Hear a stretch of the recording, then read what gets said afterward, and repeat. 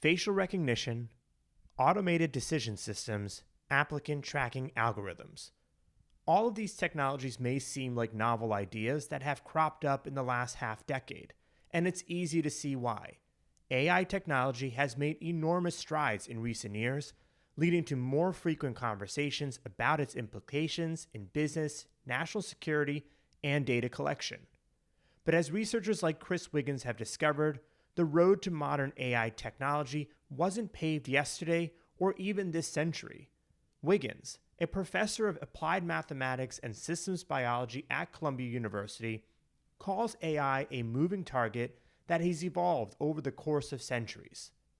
Welcome to Columbia Bizcast. I'm Fahad Ahmed, and in this episode, we'll hear from Wiggins as he discusses his new book, How Data Happened, a history from the age of reason to the age of algorithms. He co-authored this with Columbia University professor Matthew Jones. In this audio, you'll hear Wiggins share his research in a conversation with CBS professor Bruce Kogut at a recent Columbia Business School Business, AI, and Democracy Series event. Throughout the conversation, Wiggins is explaining that understanding the future of data requires us to look back at the past.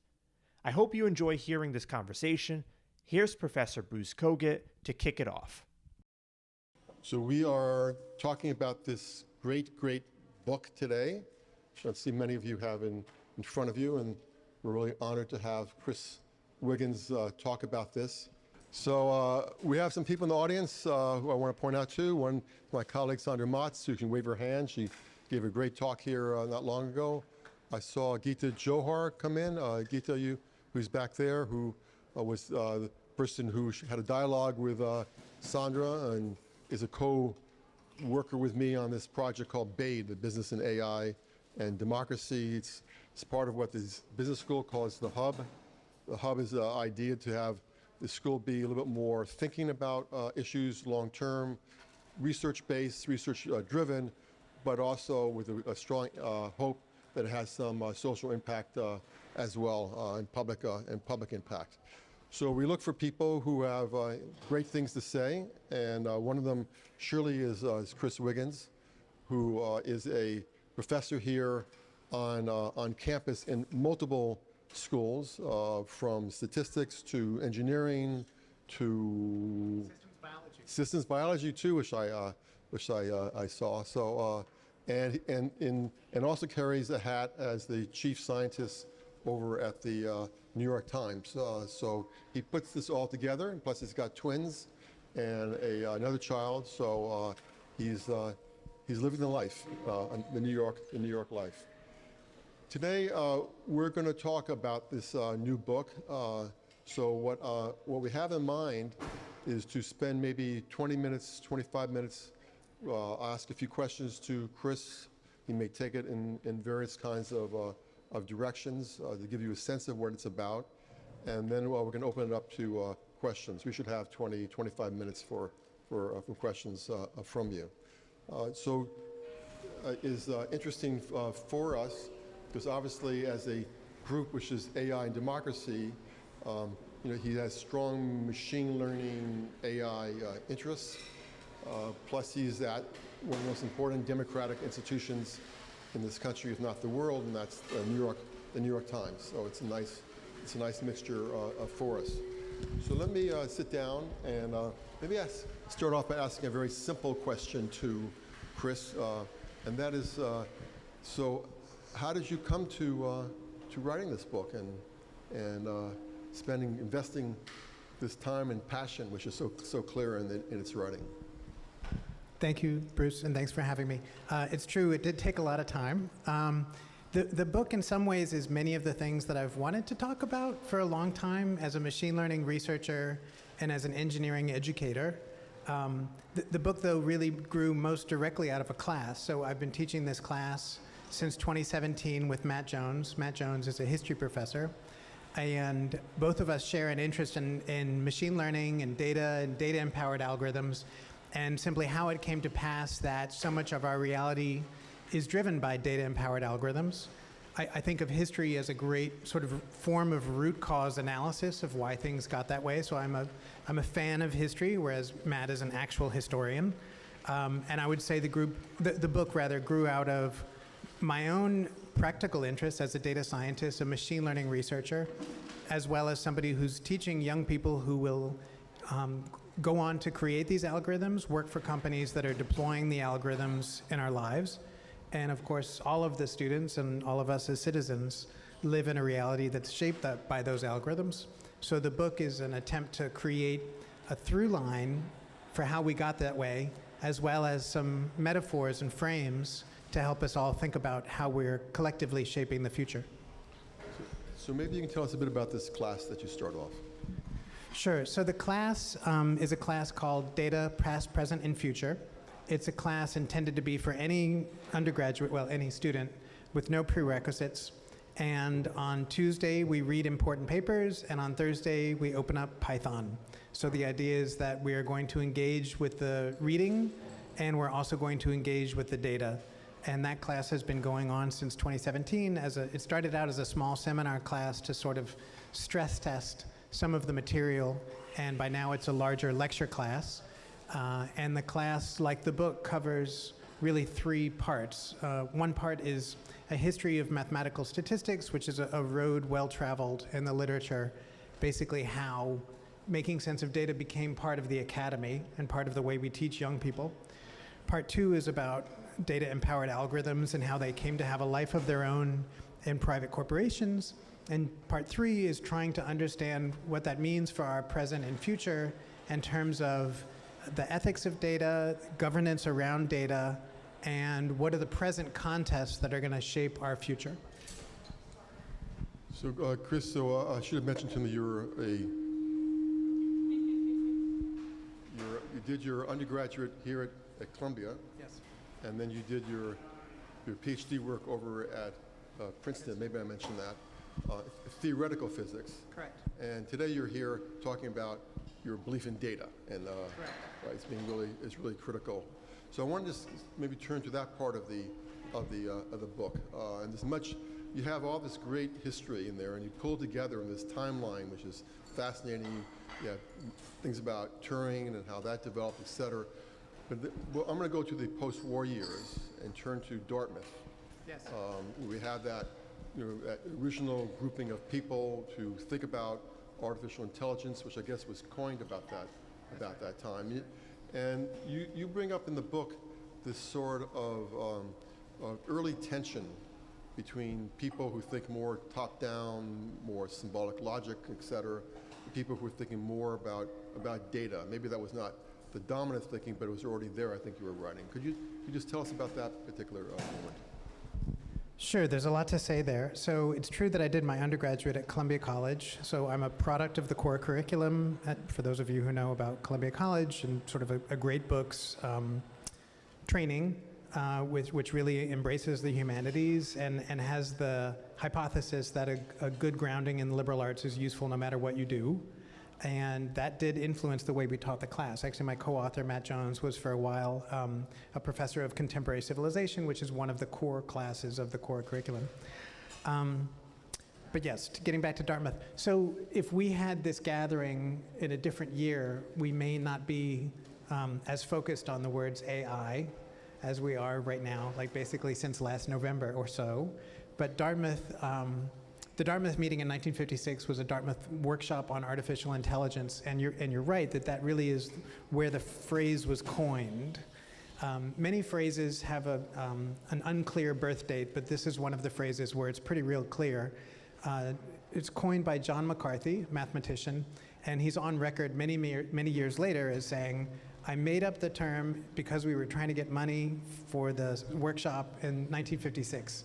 He's quite clear that they were thinking about other phrases like automata study, which was preferred term by Claude Shannon. And he said, that wasn't really what I was getting at. I was getting at the conjecture that any aspect of intelligence can be so precisely described that it could be programmed. And so that is the original vision of artificial intelligence from 1955. So the phrase sounds benign, but if you take it apart, you'll see that there's some presumptions there. It includes the idea that our intelligence can be described, that we know how we know things, and that we can just program it, which was the dominant paradigm for the next 30, 40 years. That the right way to understand AI, artificial intelligence, was to program it and to understand how we think. That has been completely flipped in the last 20 to 30 years, in which people have realized that that was hubris, to think that we know how we think. And instead, a completely different paradigm, which is the data-driven paradigm, is to gather so much data and to use the right mathematics that you can learn from data a model which approximates how we think. So part of the story in the book is the way these terms are themselves moving targets. So artificial intelligence means different things in different decades, as does, in fact, statistics. So we try to take apart even the word statistics and how it means different things to different communities at different times. But Dartmouth is really the birth date of artificial intelligence as a field. And what you see in the beginning is the dominance of the mathematical paradigm, not the data-driven paradigm, in which learning things through data was considered to be lesser than understanding things the way that really important fields like logic operate. To be fair, logic was intimately associated with mathematics all of the 20th century, certainly through 1950s.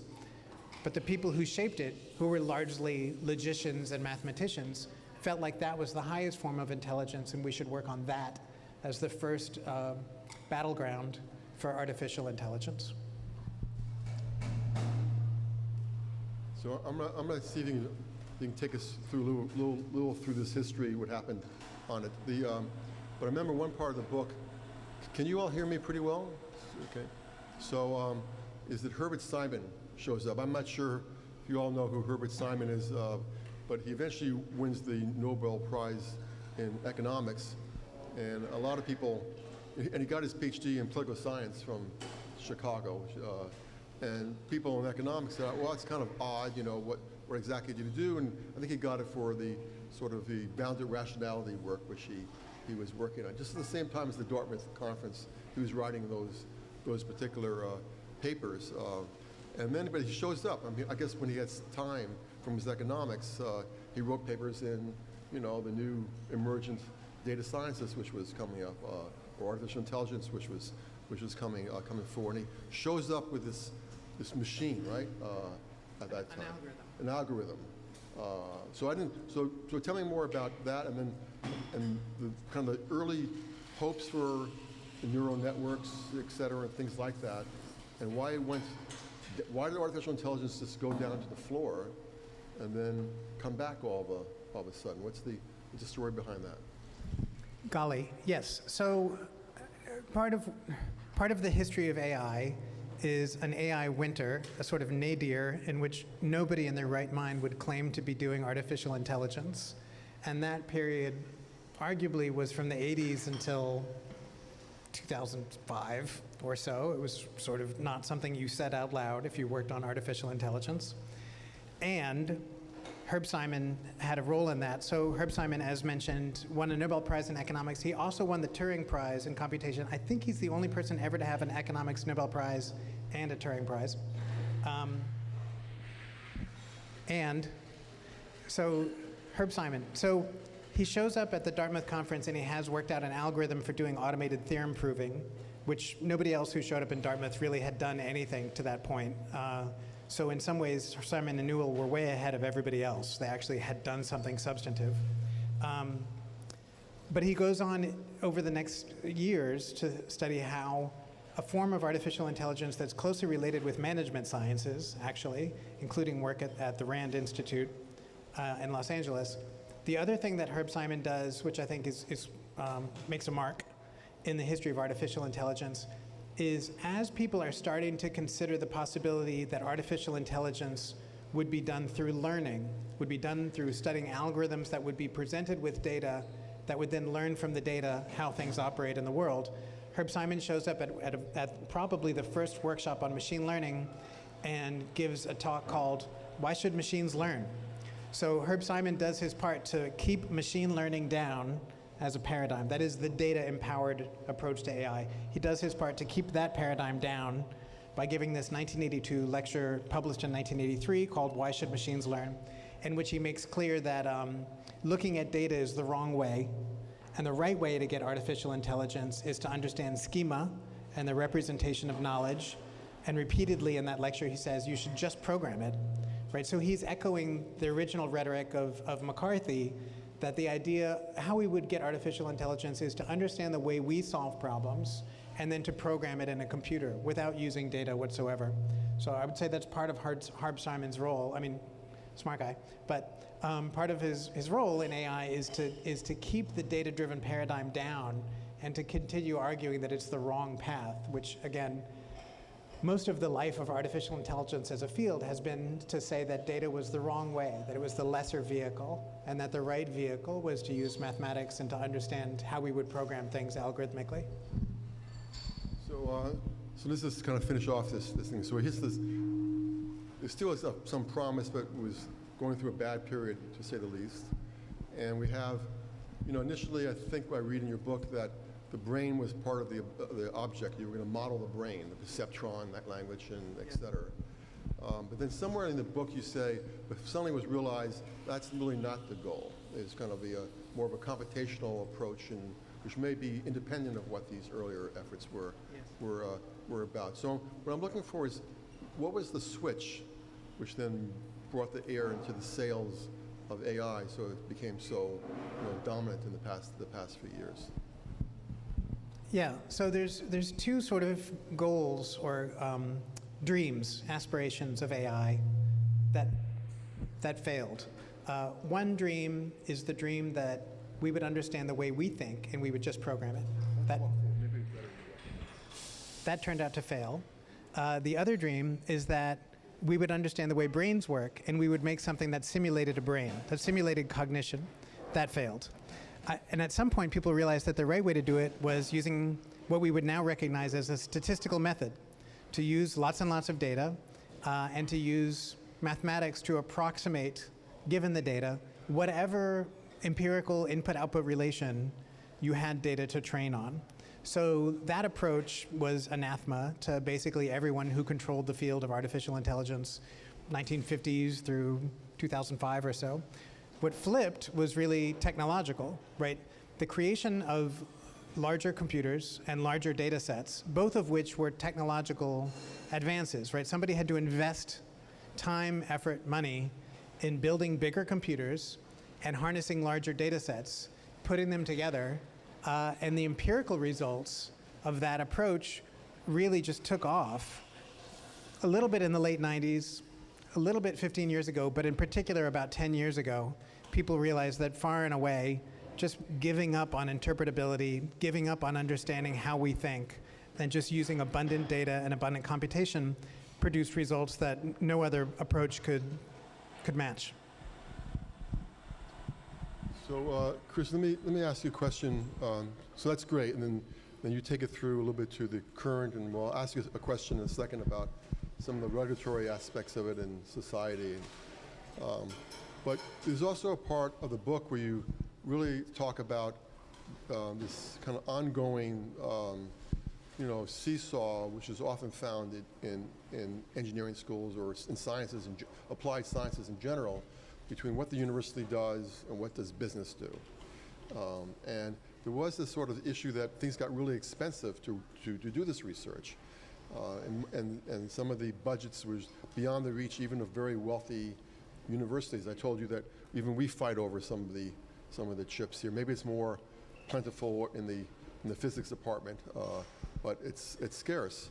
And if you want to do a lot of the research, many of the people go outside to work with Amazon or Meta or so on. So is this a steady state, or is this something which is, and does it matter to the way science and research is going to work in the future? Somewhat. So it's a bit of a seesaw. So I would say post-World War II, there was tremendous investment by the intelligence community. This is a story that's really not so well told. Computation in the United States, which is also therefore computation, like digital computation, was largely funded by the U.S. intelligence community. And it's a story that's not very well documented. It's not part of our history of computation.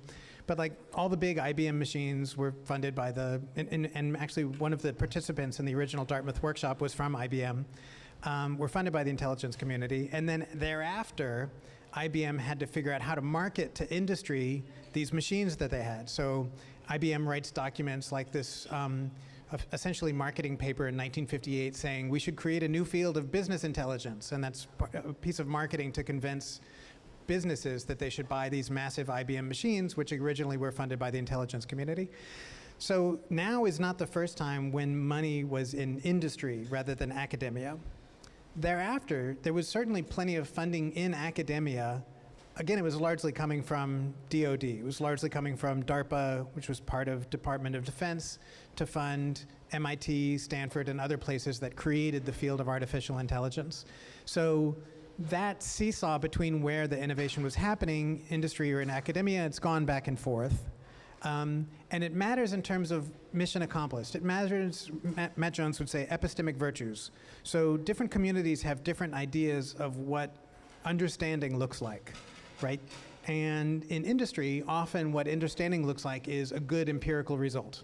So when you get machine translation that works, that's a good result. It doesn't necessarily mean that you understand it at all. So deep learning is a triumph of that. We largely don't understand why any individual deep learning model works, let alone GPT or large language models now. We've just given up on interpretability. We have very little understanding of what matters in terms of the cocktail that creates deep learning or GPT-3, right? We try things out. Even the people who author these techniques are just like, I tried this thing out, it seemed to work. Then I published a paper and dropped out of school and created a billion-dollar company.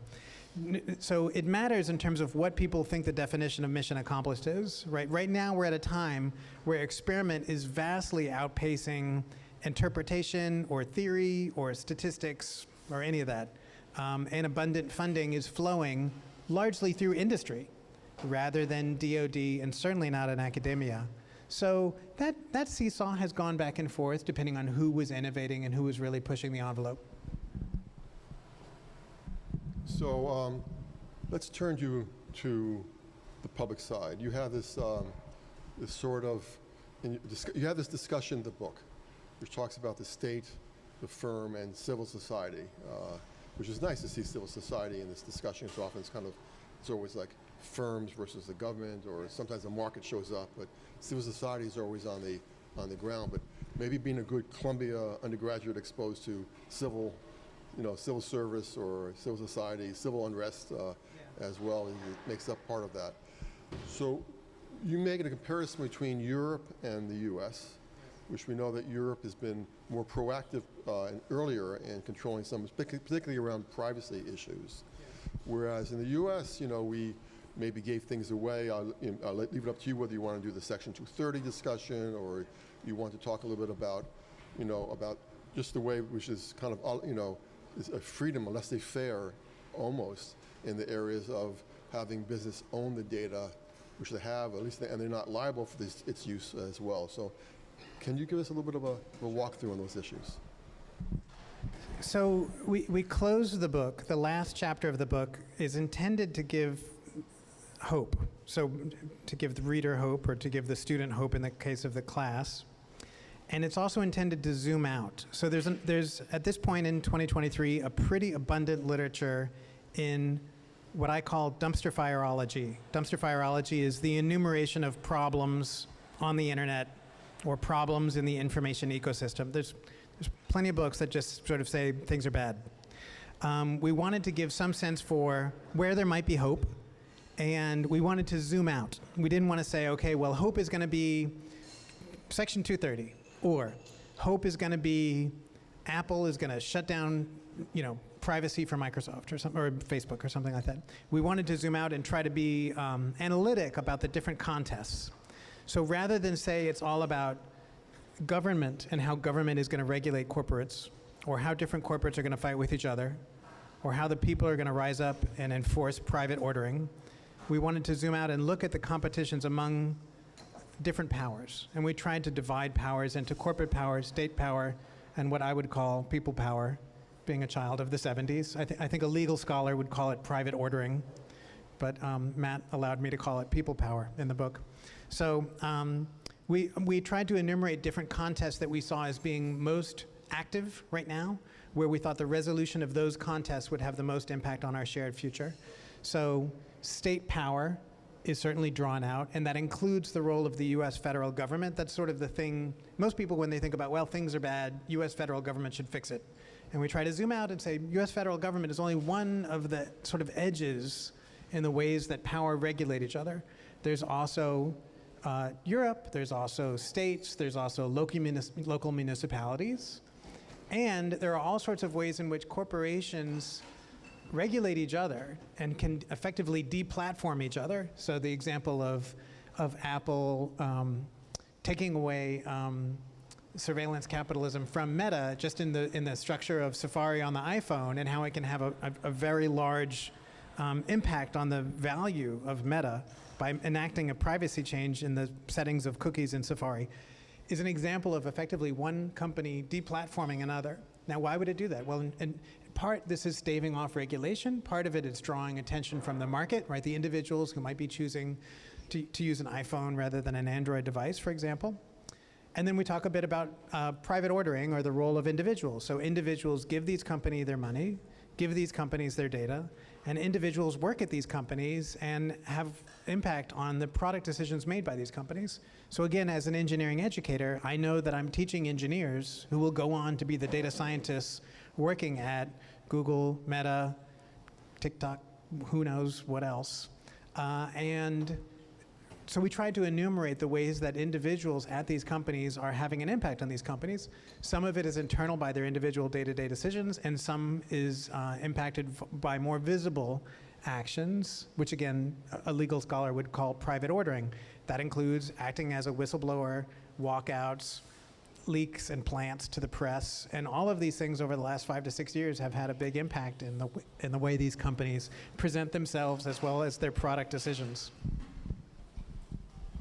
Just for clarification, the Section 230 is the section which was initially given, I think, to the smaller firms, you're right, that they would not be liable, their media companies not be liable for what they're publishing, I think, or something along those lines, maybe. And then that was somehow passed on to these platform social media companies, which is where the bizarreness begins to enter. Is that right? Yeah. So Section 230 is a good example of how United States law is full of these little dinosaurs, things that were written in a completely different technological context and yet still control our present day via the way they are interpreted. Second Amendment is a good example, right? The meaning of a well-regulated militia to the founders of the company is probably very different than how Second Amendment is interpreted today. Section 230 actually dates to 1996, long before the existence of any information platform companies. And it was a carve-out within a larger law, Communications Decency Act of 1996, most of which was struck down as unconstitutional, but Section 230 remains, right? Section 230 meaning there was 229 sections before it, and it's just 26 words that says that they weren't called information platform companies in the day, but basically internet service providers, which were the companies that were providing AOL or whatever company you were using to get online, would not be held liable for content that was created by somebody, and then AOL was the pipes that distributed that content, right? So those 26 words are sometimes called the 26 words that created the internet. In fact, there's a book called 26 Words That Created the Internet, and it has provided blanket protection to all of the information platform companies, Tumblr, Twitter, Facebook, everywhere in between. Those companies have enjoyed protection from any liability or responsibility for the way they amplify, distribute, censor, because they do censor content, thanks to those 26 words. So at the time we were putting our book, finalizing our book, it still remains contested, and the Supreme Court occasionally picks up a case and tries to revisit what did we actually mean by these, or how should we interpret these 26 words? But there was a time, certainly in the waning days of the Trump administration, when Trump was openly tweeting about Section 230 and how he was going to force Section 230 to be reinterpreted in a way that was going to force Facebook to promote content that was in his interests and to suppress content that was not in his interest. So that's an example of a contest, right? The contest around what even do we mean by these 26 words that was bringing together the electorate, elected officials, the leader of the entire free world, and private companies. So that's one of the examples of the contest that we try to to flesh out in the book as an unresolved contest. So I'm going to end with something very, very brief, and we'll turn it over to questions. I think I showed you I was going to ask you some short phrases and get your reactions on them. People may not know what the phrases mean, but I will ask you them. So let me give you your favorite expression, superintelligence. Fiction, he says. So superintelligence is the thought that computers are smarter than us, and they will take over basically our lives. Something like that? Is that what the simple as that? Superintelligence is a phrase used by futurologists for the idea that computers will get smarter, and the rate at which computers will get smarter, and therefore their intelligence will exponentially increase, and then at some point they will become smarter than us, and that they will therefore take over control, and we will be, I don't know, written off as a suboptimal species within whatever optimization algorithm the superintelligence is optimizing. The last one is existential risk. There are many existential risks. It's not clear that AI should be at the top of the list, right? The climate crisis, nuclear catastrophe. There's several things that I think are real and present dangers in terms of the existence of the species, pandemics. I would not put AI at the top of the list of things that I would worry about in terms of existential crises. So now that Chris has given us comfort that there's so many other ways we can kill ourselves, we will turn to some open questions. I'm going to try to run around on this. You're going to have to help me pass the microphone around. Okay, so let me just come to the back. I'll work from the back, and I'll come forward. Okay, so and keep the questions a little short if you can, so we can get many people in. This is my wife. Hi, how are you? Hi, thank you for your talk. My name is Emily. I'm a PhD student in electrical engineering. I have a question. So, what do you think are potential consequences of the lack of explainability in these models, maybe in medicine or other applications?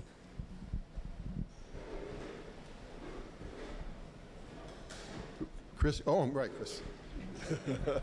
We were supposed to have 2 microphones today. I forgot why. Now I remember why. So, here you go. And maybe I'll take 2 questions next time. Okay. Cynthia Rudin is a computer scientist, formerly at Sloan, now at Duke, and she has several papers about this, including a great paper called Stop Using Black Box Models for High-Stakes Contexts.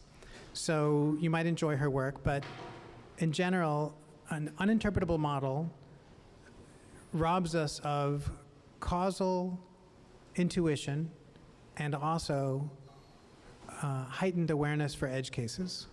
So you optimize a model based on an average behavior over some training set. It's very difficult to know what will happen in some new situation in which the correlation among the covariates is different, which is a fancy way of saying what we mean by a causal model. If you were to go in and you were to change one variable, you don't really know what's going to happen in the future. That problem is sometimes called correlation-causation conflation. It's very old. There's a part of our book where we talk about a great example from the 19th century. The second is edge cases, which in the case of demography means underrepresented groups. So for any model where you don't have any intuition about the model at all, as a special case, you don't have an intuition for what are the groups for which the model is accurate, and what are the groups for which the model is deeply inaccurate, and what are the biases that may be evidenced in the predictions of that model. So I think those are 2 of the general categories that are of concern. I think in particular, that's just like the academic case.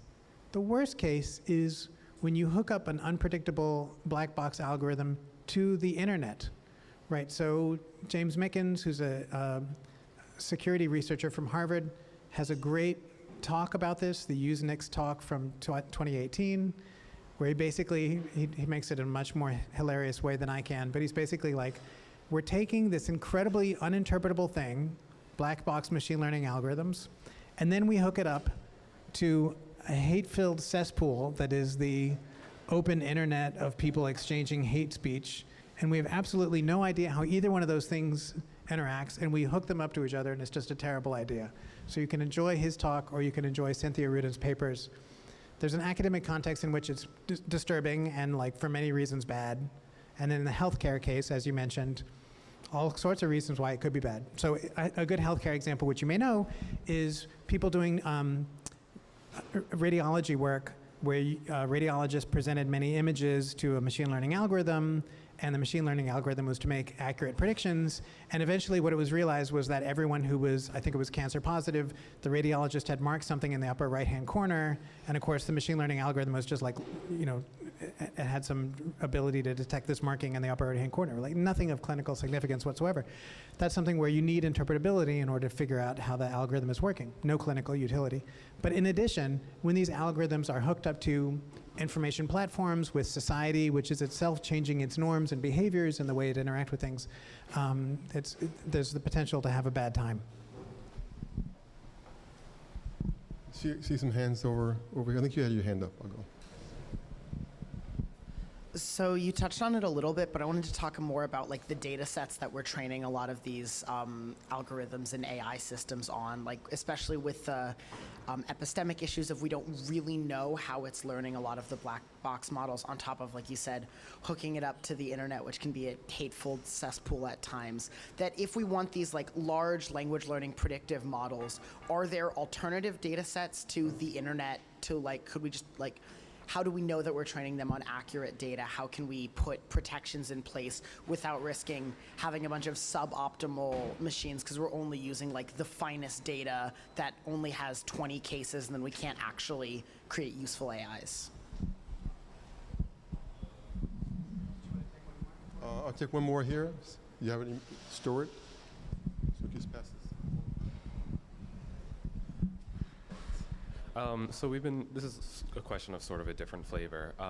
So you talked a little bit about the transition from like people trying to create these artificial intelligence algorithms using logic to one that's a little bit more data driven. And I think maybe this is mentioned in the book, but there's at least the impression that I get nowadays is that people sort of view data as like encapsulating truth in itself, that like something isn't necessarily true unless it's supported by the data. And I was just wondering if you had any thoughts on this and how that may have come to be the case.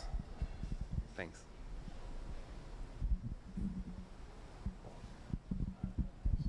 Great questions, both. To the first question, yes, it matters what you train on. And there was a good paper, and I'm forgetting the title of the paper, unfortunately. It's by Stefan Bubeck, who's at Microsoft Research.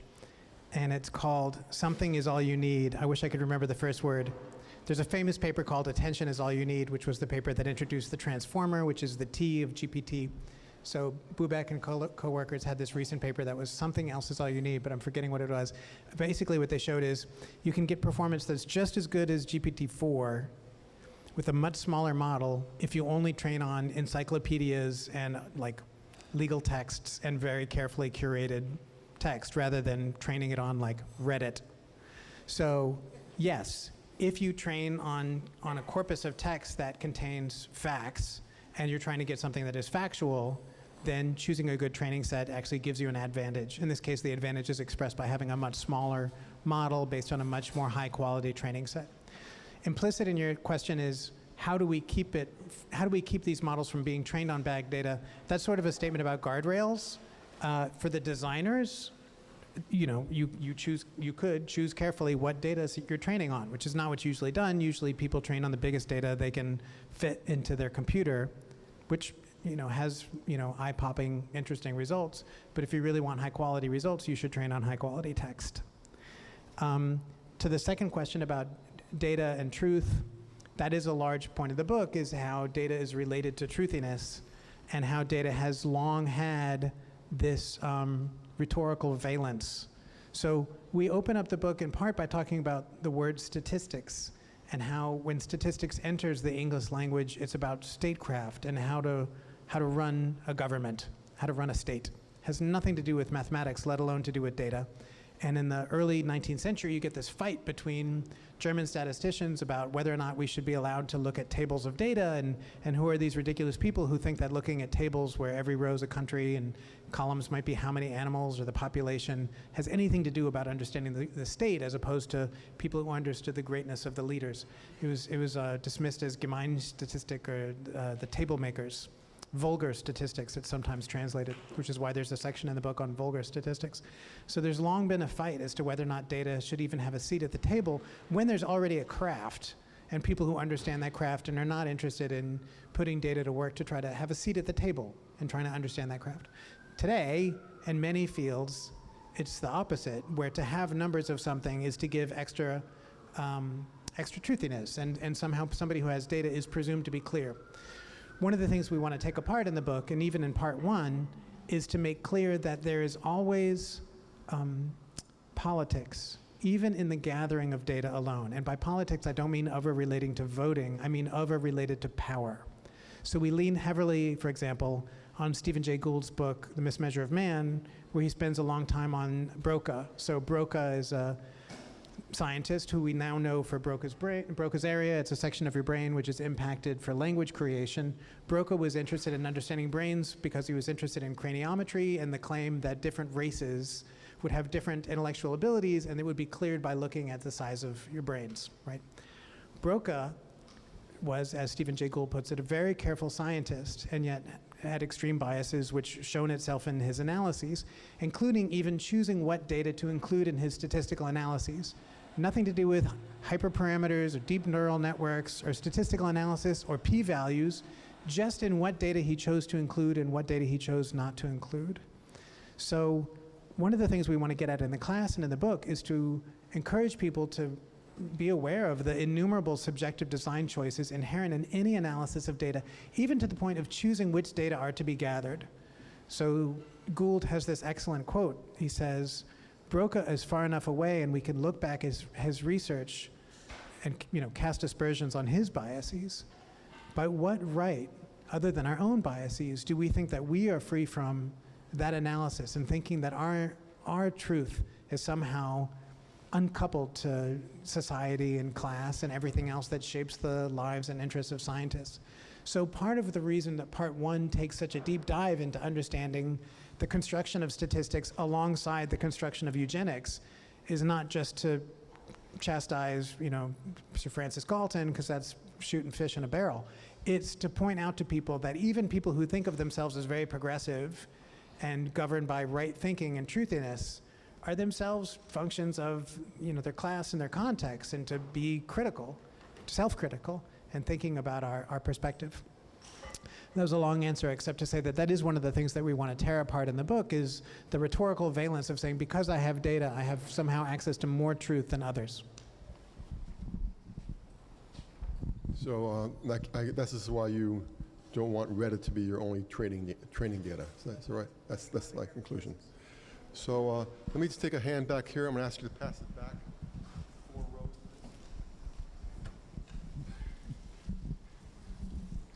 Thanks. With everything going on in Hollywood right now, with the writers' strikes and now the actors' strikes, how has the role of your team within the New York Times and in the industry perhaps changed? Or are you guys getting ready for a bigger battle in a couple of years, or in terms of the use of LLMs to replace journalists?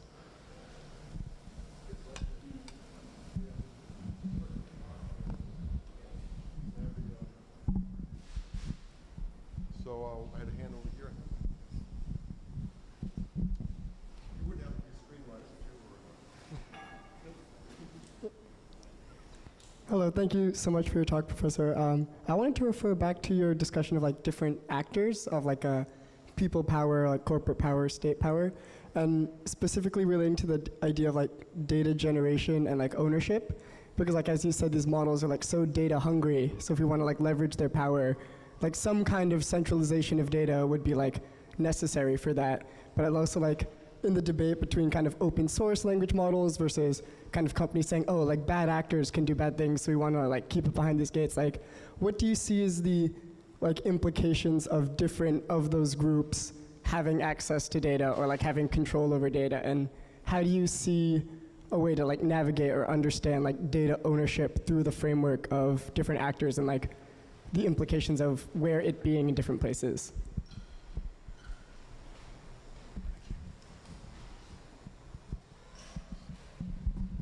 Thank you very much. Okay, so the first question is about large language models replacing journalists. I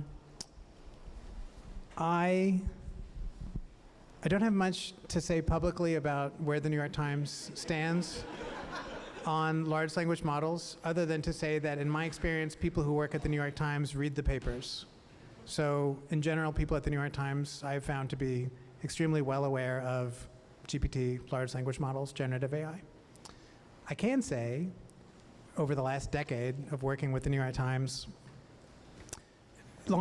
before there was GPT, right, before people were even using the phrase large language models, there was plenty of work on using algorithms to optimize news and optimize the delivery of news, including work to optimize, headlines or something. And by that, I don't mean at the New York Times, I mean at other publications. So I sometimes say that the New York Times has last mover advantage because, the New York Times has already seen what happens when a place like Gawker puts a big board in front of all the journalists, which they called the big board, which rewards journalists for getting the clickiest titles, right? And we know what happens. Gawker happens.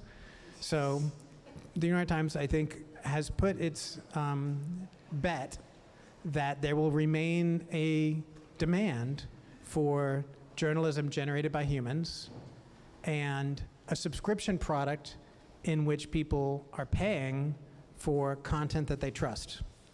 So I can't say much about LLMs in particular, but I think in general for computationally generated or computationally optimized content, the New York Times has consistently viewed that as a differentiator in favor of the New York Times, because the New York Times is not doing that. Right? The New York Times instead has a ridiculously large newsroom compared to other publishers. Many, many journalists covering a variety of beats, reporting out a lot of stories, and a bunch of editors who are there because they're the best in the world at that job. So if anything, the moat between the New York Times and other content producers is the human beings. I think it's unlikely that the New York Times would want to replace human beings with algorithms, LLM or otherwise. So again, I have nothing publicly to disclose about that, except I will tell you in my lived experience, people at the New York Times are not unaware of algorithms and ChatGPT and anything else. As far as the three-player game and the role of data, I will say that historically, access to data has been valuable, and for in many cases for governments that it's been true for centuries that the possession of data about the working of that government has long been part of state secrets, and governments have not been particularly interested in sharing data about the working of that government. I say that because it's been true for centuries, and private companies also are not particularly interested in sharing the data about how that company generates its process. That said, for a really advanced technology company, those data are largely too big to transfer outside of that company and so specific to the instrumentation of that company that they're not so useful outside the context of that particular company. So access to data, and more generally access to really good engineering and software products driven by data, is definitely a differentiator. Common parlance right now is TikTok. So many people are talking about how TikTok has a great recommendation algorithms. That's a great example of a company that instrumented, worked real hard on a really sticky algorithm, created a digital product that made it easy for the user to provide signal to TikTok. Right, so that's a good example of a company where we look at that company and say, okay, well, investment in algorithm and data was itself the differentiator. I don't know that I have much more to add about the general value of it and the trend, other than it's extremely valuable to have data. It's also extremely valuable to have a tech org where data are really powering the product, which is a lot of work besides just keeping the data. That's an important part. I think I'll leave it at that then. Thank you. I think I'm going to wrap it up at this point. We're lucky to have the chance to have Chris Wiggins here to talk about these issues. And these are great questions that we had. We could talk at length, obviously, about many of the issues which is in the public debate regarding bias and the difficulty of removing bias, issues of of people feeling ripped off by their data, by their contributions in these large language models. Big issue for journalists as well, not only people who are in the Hollywood these days. Race is something which was throughout the book was interesting about. The issues on race was there from almost the very start of this discussion, as were eugenics. So there's always been this civil context of this around these issues of data and information. That's no surprise. And that's why these meetings are good to have these public discussions, so we become sensitive to them, we think about them, and hopefully we create, if not solutions, which would be wonderful, at least awareness, which is a big part of the solutions along the way. Chris, thank you for that, and I also want to thank once again this wonderful place, Dear Mama. It's a beautiful location, and we get to use it. Thank you, Zach. Thank you to your people who work here are always so friendly and great at what they do. It's just, we're just lucky and fortunate that this is a new addition to the Columbia campus. So thank all of you again for coming. Thanks, Chris.